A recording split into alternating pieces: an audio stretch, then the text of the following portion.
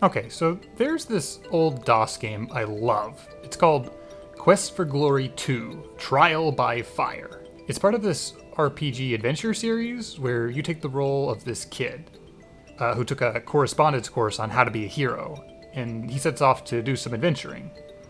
These games are pretty goofy and whimsical, but it's kind of hard to talk people into playing them these days because they're just a bit kludgy by modern standards. I played these games back when I was trying to figure myself out as a person, and something that really stuck to me, starting in the second game, was that they introduced this stat called honor. Now, these are already games about trying to be a hero, so most of everything the game will let you do is helpful fantasy adventure stuff. Saving cities, fighting monsters, helping people, the usual. But honor was special because it was a stat you could only increase by putting extra effort into being nice. The game awarded you honor for giving money to the beggar, for some puzzles that let you avoid being violent to non-hostile creatures, or just by being polite and nice to characters you met by saying hello and thank you and goodbye. If you earned enough honor points, the game let you unlock the Paladin class, when you imported your save into the third game anyway. You got special powers for having high honor, and keeping those powers hinged on you continuing to go out of your way to be kind. This was the first time I was aware of a game measuring the goodness of my behavior. And it was exciting for me back then because the game made me feel like I had a choice in being good, and it made me want to try harder to be good. Video games handle morality different than other media because they can give you some amount of control over your experience. The player character can be helpful or cruel or something in between. Linear fiction, like books and film, can offer a range of statements about morality offered by the viewpoints of its characters. There might be some ambiguity or interpretation required, but the plot will generally lead into some sort of message in its conclusion. Games can be comparatively unclear about their message because of the range of control the player gets in how to express him or herself in the game world. But no matter how many options there are, the systems of any game cannot help but make some sort of statement about morality. There's a push right now, because we're living in culturally divided times, for games to be apolitical. Some gamers assert that games should be dumb fun and say nothing about the real world. The problem with this idea is that virtually all games will present some sort of conflict. The world might need saving, there might be a princess in need of assistance, or there could just be some football teams in disagreement about who should have the most points. Resolving the conflicts, whatever it might be, is implicitly good. And whatever the game tells us is good says something about the world, even if this message was unintended by the creator. Any game with a story, by virtue of telling a story, will prefer main characters who are good. It's easier to persuade an audience to care about a character who's likable, who's capable, and who has goals that we respect. Stories gravitate toward the player character doing things to ultimately make the world a better place. That isn't to say that the actions you perform within the game are inherently good, but those actions will be framed as good. Because liking a character or the things the character does makes it easier for the audience to invest themselves into the experience. If you do have a character who is awful and who does terrible things, then the story will be compelled to frame your enemies as somehow worse than you. It will justify your actions as necessary, or else use the main character to illustrate your own capacity for evil. In Quest for Glory, you have the option to play as a thief. This is as evil as the game will allow you to be. What this means in terms of gameplay is that you can sneak, pick locks, perform acrobatics, and you get sections of game available exclusively to you where you can burgle the houses of one or two people. Items you steal during these break-ins can be fenced at the local Thieves Guild for cash. That cash, in turn, can only really be used to purchase gear or supplies that will enable you to complete the main quest of becoming a hero. Provided you are playing the content as intended and not fighting bandits in the desert until you starve to death, you will be funneled towards defeating the local tyrants, whether you like it or not. All these criminal talents of yours enable you to fulfill your role as hero. This is what the game guides you toward. Of course, the premise of that game is that you are trying to become a hero. Some games build their whole premise around playing the villain instead, but this tends to be a gimmick. Titles like Overlord, where you play as an archetype fantasy villain, or Hatred, where you play as a serial mass murderer, market themselves on their shock value. The entire selling point of the Postal games is that they allow you to play as a misanthropic asshole. The plots of these games tend to be very slight, and they ride as far as they can on being transgressive, or else offer a chance at redemption. And I think that's because it's hard for a story to hold your attention unless it is building to something. A story where people are hurt for no reason is not an engaging story. You can wring cathartic enjoyment out of it, but that requires that there to be no focus on the consequences. Grand Theft Auto makes its violence a toy box. People primarily enjoy these games because no matter how much carnage you wreak, the world is disposable, and it can be reset. I've seen people do this thing in Ultima or Elder Scrolls games where they will save their game, and then they'll start attacking guards or civilians. They go nuts for a few minutes just because they can, and eventually either they die or else everyone else is dead, and they will reload their save. That alternate timeline where everyone died is not the reality they want to keep. If you kill everyone, then the story quests are ruined. You can't talk to those NPCs or buy things from them. That little explosion of violence is a novelty that lessens the world of the game. Having a story means having a purpose. It may not be a good purpose, or even a well-told story, but a story is a promise that what you are doing has meaning. Stories where people suffer and die and nothing is learned aren't very satisfying. In contrast, watching characters grow and watching the world get better or seeing numbers go up makes the audience feel like their time is well spent. The more a game focuses on story, the more it wants you to care about its setting and its characters, the more incentive the game has to convince you that the things you are doing are good. That doesn't mean the content of the game is moral or ethical, though. It takes no effort whatsoever to point out that Mario kills Goombas. Kirby is adorable, but he eats people. And hey, isn't the world of Pokemon kinda messed up if you think about it for 2 seconds? Even cute games favor violence. So it becomes necessary to reframe that violence. Mario's enemies just sort of go poof. In Pokemon? Oh, they love fighting. And anyway, you have such a deep and personal connection with them. Kratos is responsible for the death of every man, woman, child, creature, and god living in ancient Greece, but he was tricked into murdering his family, so it's just natural that he needs to avenge himself. However flimsy the justification might be, stories need an excuse to say that the things you are doing are good. They need us to like the characters and care about what happens enough to buy the next game.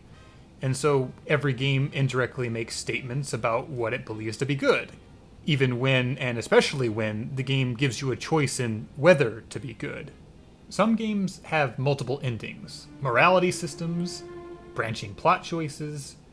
These mechanics let the player choose how to behave. How can handing this power to the player say anything about what is good? Morality systems enjoyed a surge of popularity in the 2000s. But since then, they have been criticized for being shallow. A lot of these games explicitly define certain actions to be good or evil, and they keep track of how well you behave. These games typically branch depending on how you act. Star Wars, The Knights of the Old Republic, was praised on release for such systems because it was empowering to choose the role you play. But in practice, that choice was often between being cruel and murderous for no real reason, or volunteering to run errands for every last person you met. It was exciting to have a choice at all, but the literal framing of good versus evil meant that the game had already passed judgment. So why not just have a more complex moral system? The problem is that the more a game branches, the more content is locked off behind moral choices, the more time-consuming and expensive development becomes. The Mass Effect series had a system where you could choose between the philosophies of being a ruthless and pragmatic renegade or a virtuous and helpful paragon. This is still a binary system, but both sides can still be described as heroic, just in different ways. Notoriously, after the trilogy was completed, the developers shared some stats showing that the vast majority of players chose the Paragon path. The channel Extra Credits has a video on the concept of illusion of choice covering this topic, and I recommend it. In it, they argue it is often more effective for a game to give the impression that your choices have meaning, when they don't necessarily result in radically different scenes or rewards. But there is a very vocal segment of gamers who rage that these choices in games are meaningless unless there is content and consequences to back them up. Telltale games were notable for their use of illusion of choice. From the first season of Walking Dead onward, their games came to focus on presenting you with branching choices, except the thrust of the story generally remained the same regardless of the choices you made. Personally, I can't say that I mind. Often the fun of these games was less about how different the experiences from the branching paths were and more about discussing with other people the rationale behind your choices. The overall story and its thematic message kept its shape, but I understand why people felt slighted by this. If games and their marketing promise that your choices matter, that there's huge consequences, but deliver only superficial differences, it can feel like you've been lied to. Some games try to cope with this by not providing a payoff for decisions until the very end of the game with diverging endings.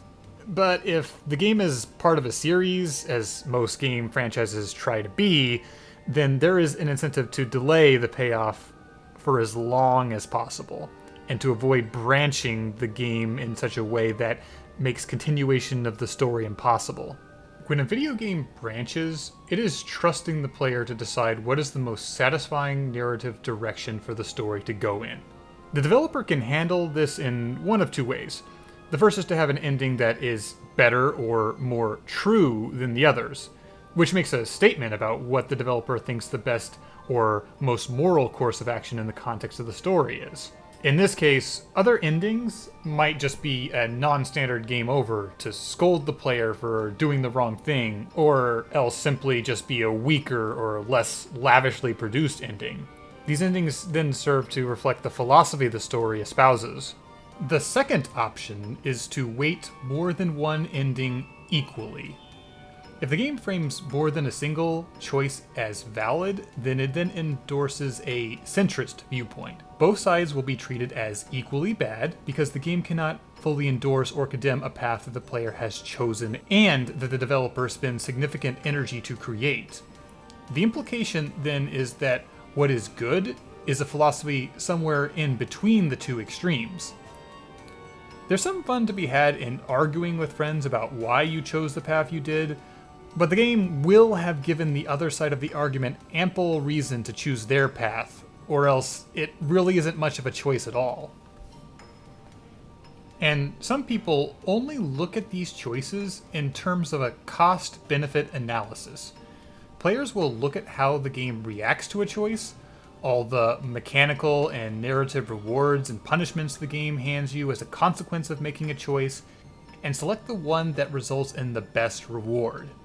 Looking at games through this lens will often reveal something about the moral philosophy of the game. Sometimes the creator will hide the best rewards, endings, or story beats behind acts of heroism, or other times, refusing to steal or accept a reward means that you are materially weaker. If, before making your own choice in a game, you've gone and Googled what the result of the choice would be, you've engaged in some cost-benefit analysis yourself. Another way games can handle morality is to have a reputation system instead of a good-evil bar. That way, the game does not have to front some objective idea of morality, and instead has it so that individual characters or groups within the game will have different opinions about the actions of the player character. This is arguably more true to life than having a good-evil stat, but any cost-benefit analysis player will find that the game will encourage a philosophy of telling other characters what they want to hear. In the Persona series, you develop friendships with various NPCs in little quest lines called social links. Progressing in these quest chains helps you become more powerful in the half of the game where you summon and fuse demons to dungeon crawl. During the social link quests, the characters will talk to you and ask questions, and you can progress much faster in these stories if you say things that make them like you more. Therefore, the optimal way to play is to just say whatever will make them happiest, even if you are being dishonest with them, or what you say contradicts what you've told other characters. Looking at the game this way does contradict the text, however. Cutscenes favor the idea that there is a redemptive quality in forging authentic connections with people, and it's clear that's what the games are trying mechanically to represent. There's more than one way to interpret the content of the game, but having more than one interpretation of the game available does not mean that the game is absent of moral messaging. Dungeons & Dragons tries to make the idea of good and evil more complex by adding another axis of law and chaos. Lawful characters believe in the organization of society and cooperation with rules, whereas chaotic characters will favor personal liberty and freedom. This alignment system results in a 3x3 grid with true neutrality in the center. It's possible the system was meant to just be descriptive, a way to illustrate a possibility space, but the setting eventually went so far as to codify this as a natural order of the world. Gods and afterlives slot into these categories neatly, shaping the mythology around the categories. What started as a tool for players to identify possible playstyles became equally weighted philosophies essential to the fabric of life. The Shin Megami Tensei games replaced the good-evil system with a law-chaos dichotomy instead. Some factions in the story are pushing to recreate the world into a state of extreme lawfulness, resulting in the world becoming authoritarian in how it is controlled, whereas the chaotic faction wants a more Darwinian world where the weak individuals are at the complete mercy of the powerful. Neither side is framed as wholly good, suggesting that no matter how well-intentioned your choice may be, the world will eventually succumb to the logical extreme of a philosophy and need to be remade again. Notably, however, some entries such as Nocturne will suggest that refusing to take a side at all is cowardly. Other entries, however, will lock its true ending behind the path of neutrality. Even if games can make a moral argument, they can't really present an idea of good that is beyond criticism. This is especially true because a vast majority of games lean on some form of violence for gameplay. It's one of the most direct ways to create conflict in a digital space. Even if the violence is framed as cartoonish or as having no lasting consequences, it's hard to deny that video games have a weird relationship with the morality of killing. The inclusion of violence suggests that the goal of the hero is more important than the life or well-being of his or her enemies. The world might only be populated by enemies, so you might not even be capable of harming anyone innocent. If friendly characters exist in the playable space, the game might give you the option to hurt them. If the game does allow you to use violence on friendly characters, then the game has to acknowledge this in some way, or else implicitly endorse the killing. A game might deduct points or money for killing, but in almost all cases you can recover from this by just killing enemies for a few minutes. This light slap on the wrist acknowledges that, you shouldn't murder innocent bystanders, but it also assigns a concrete numeric value to individual lives and says something about what those people are supposed to be worth. In Demon's Souls, killing a friendly NPC means losing whatever function that NPC had. That could be item storage, or selling you items, or spells. This is a punishment, but only in a utilitarian sense that the character's worth is just whatever they can materially offer you. The story of the game does not otherwise pass judgment, reserving its bad ending for a choice made after the final boss. Opposite to killing is when games give you the option to play pacifistically. In some cases, you will get non-lethal means to avoid or incapacitate enemies. Typically, the game then will be in a position to be critical of the player for not being pacifistic. Unless the game is going for a strong anti-violence message, it will run into the same issues as a branching narrative where either path will be viewed as valid, or else weigh the lives of enemies and friend characters in strange ways. You might kill hundreds or thousands of people in gameplay, but then in a cutscene be treated as morally upright by showing mercy to a named character. If the game has a meter to rate how good or evil you are, killing a non-combatant could move you a notch or two towards evil. But unless it is part of the plot, then you most likely can recover from it by repeating actions the game considers good. Like in Fallout 3, where you can collect and sell the severed fingers from characters that the game describes as evil. The Oddworld series has an interesting spin on death and morality. In those titles, you typically play as a enslaved factory worker and or a creature targeted to be turned into a food product by a predatory corporate master. The game follows a structure of escaping an abusive power structure and then fighting back. Now, even if you are not responsible for killing any of your fellow victims, the game considers inaction in trying to save them just as bad. Though the games will still allow you to kill your fellow victims as well as most hostile creatures. Ultimately, any game that is invested in violence as a core part of its appeal cannot condemn violence without sending mixed messages. Video games offer escapism, and a big part of that escapism is empowering the player. That power could be in giving you the experience of physically overcoming enemies, or in saying that the moral choices you make matter. For me, one of the things I appreciate most about a morality system is that it offers the fantasy of being a good person. Quest for Glory let me live out the experience of being a hero and saving the day. In games, friendly characters flatter you, tell you that you are powerful and you are a hero, and expect you to act like one. They make it easy to rise to that call. In real life, the pressure to survive is often so great that when confronted with the chance to do good, it is not always easy. We may not have enough time, energy, or money to take care of ourselves, let alone intervene to make the lives of other people better. In the world of a video game, we have the time, skill, and resources to thrive. Food, lodging, and medical care are cheap and available, or aren't even a factor. The fantasy of goodness is thriving so well that your goodness can overflow and make you eager to involve yourself in the life of every passerby, to run even petty errands to help them. Games that indulge the fantasy of heroism let you put aside your essential needs long enough to live a life devoted to helping others and tearing down tyranny. Whatever sacrifice you make to help others also serves to make you stronger and even more capable of helping.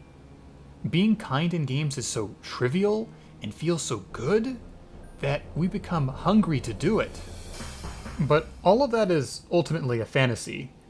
Being good and helpful in real life requires self-sacrifice that we cannot so easily afford.